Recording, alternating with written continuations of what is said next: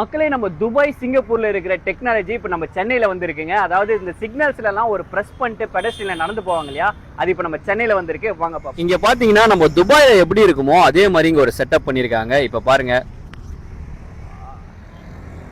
Press பண்ணி கொஞ்ச நேரம் வெயிட் பண்ணணும், அதுக்கப்புறம் தான் சிக்னல் ஓபன் ஆகும்.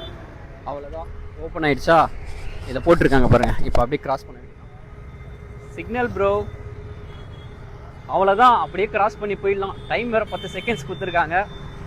ஒழுங்காக டிராஃபிக்கை மதிங்கடா.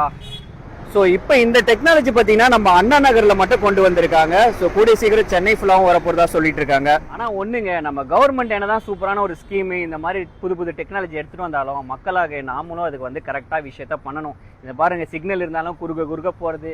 அண்ணா நகர்லேயே எப்படி பண்ணுறீங்க? ஸோ அதெல்லாம் கரெக்ட் பண்ணிக்கோங்க.